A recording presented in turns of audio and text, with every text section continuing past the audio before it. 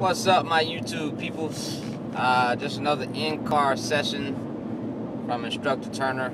I'm on day 2 of the Glock instructor class, and I just want to say I'm really enjoying it. Got some great guys in class. Got some that, you know, are not struggling, but they probably should have took another class first before coming. But, you know, it's not my class. I can't tell them who they can allow in and who they can't. Nevertheless, it's been a very good time, some good training. Which brings me to the point of this in-car session. I want to talk about training. Alright? Now, some may ask, and I may even ask myself sometimes, but I know the answer. That doesn't mean I'm not going to ask. But asking myself, what was the relevance of taking a Glock instructor class? Well, let me tell you guys, there is no true relevance of taking a Glock instructor class. However, there was a strong relevance for taking a training class, which brings me to the point of this video. Anywhere you can, any time, any place that you are offered training and you have the time, the money, and the ammo, go take training. Alright? Now, what I would advise on is to take relevant training that, is going to give you something back. Now, what do I mean by that? And I'm sure some people are already taking me the wrong way. Here it is. Doesn't mean that I shoot better than the instructor, so I won't take that class. It doesn't mean that, oh, they're only working on the fundamentals, I want to do some advanced crap. That's not what I'm saying. What I am saying is relevance to you. I'm not going to go take a SWAT class when I have no use for a SWAT class. Alright? As a matter of fact, come think about it, me and a buddy on a bodyguard forum had that same conversation yesterday. And this is a conversation that we had shared in the Glock instructor class also prior to that conversation. It's basically people take training that has no relevance to them. Okay? Is it relevant to do room clearing and you live in a house with 10 people in 10 different rooms? I can't say if it is or not for you. But what I will tell you is, what's more realistic? Are you going to go and clear out 10 rooms? Or are you going to get some training on how to stay your butt put, use common sense, and let that bastard come to you? My point is this. Do not take irrelevant training that does not apply to you or for you. Yeah, it's cool to jump out of airplanes and roll on the ground and shoot an AR 1,000 times in 2 seconds. But if that has no relevance to you ever carrying a AR, why are you taking that class? Alright? I'm looking at some classes that I want to take, and they have strong relevance for me because I'm an instructor who teaches a lot of different trades to a lot of different people. The more that I can offer to people, the more marketable I am to my clients. Alright? Like if you go into the bodyguard industry, you're not only good enough just because you've taken some high-speed bodyguard class or executive protection class.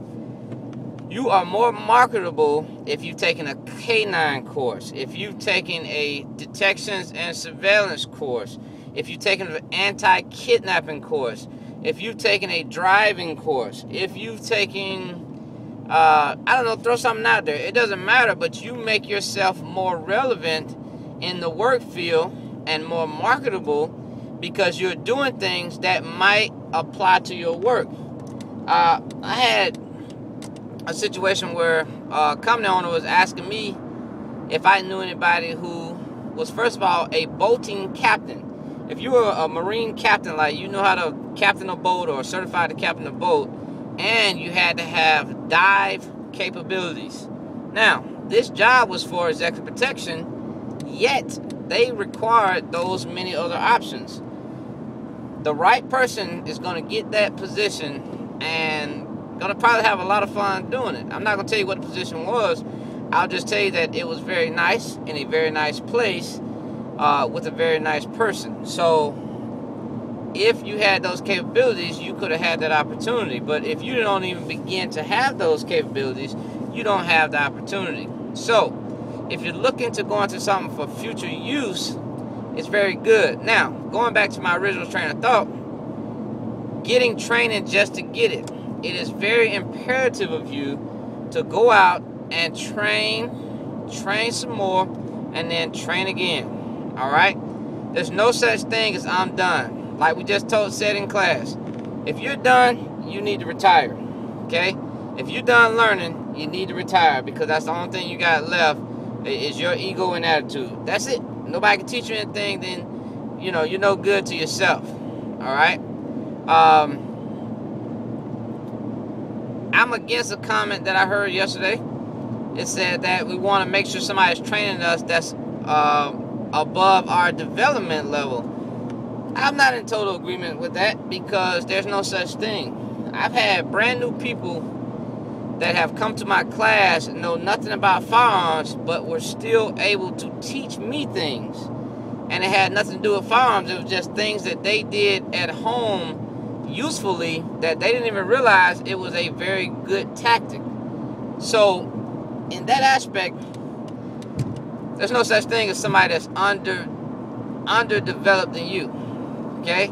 Now, of course, you can have, if you think of it in a certain way, you have a newborn baby, then you have an adult. Obviously, the time and experience in the world is going to give you greater things. But that does not make one better than the other.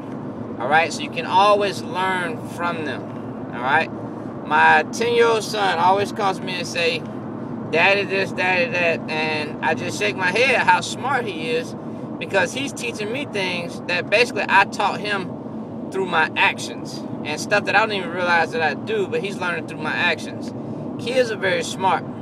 So you can learn from the underdeveloped, or the people that are not as developed and skill level as you. And guess what? You may just have a big head and not realize that their skill level is actually much higher than yours, but you have such a big head, you can't see it. All right? So it works both ways. Now, just as a final thought, again, when it comes to training, especially with your firearm or anything that you're going to use in a self-defense platform, people, you got to train. Now, I want to give you this one training principle that my partner gave me today in class. I want to give him all the credit. I'm not going to say his name because y'all don't know him, or may not ever even meet him, so I'm not going to say his name, but I'm going to give him all the credit for this saying. And this is basically a way to look at how you shoot. Okay? Did you hit the target? Did you hit it enough times? And does that target or does that threat need any more? Okay? First of all, you must be accurate in your shooting. You have to be accurate. You got to hit what you're shooting at. Number two, you have to evaluate if you've hit them enough times. All right? That's called follow-through. One thing I've been learning in this Glock class is how fast I pull my gun off the threat. I mean, I know I do it. It's a thing of tactic of pulling the gun in and trying to keep it away from the bad guy. But what I notice is that I'm just doing that a little bit too fast. Follow through all the way. Make sure the guy's down, and then pull it back. Because you can't say, "Oh, I won't never do that in a gunfight." Yes, you will. Because the same way you train is the same way you're going to fight.